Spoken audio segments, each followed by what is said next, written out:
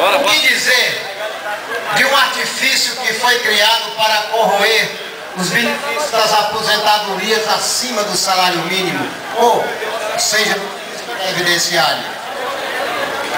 Esse artifício foi criado no governo Fernando Henrique Cardoso em dezembro de 99.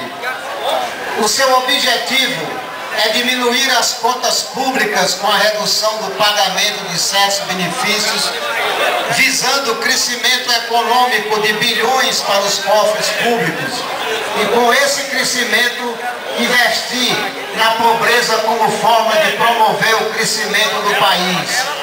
Mas será que isso vem acontecendo?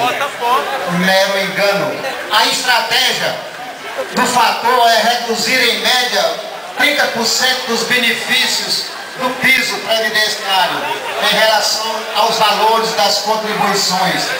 Esses cálculos são feitos com base na idade e na expectativa de vida. E isso significa dizer que para receber mais tem que contribuir demasiadamente e comprometer o corpo da sua família.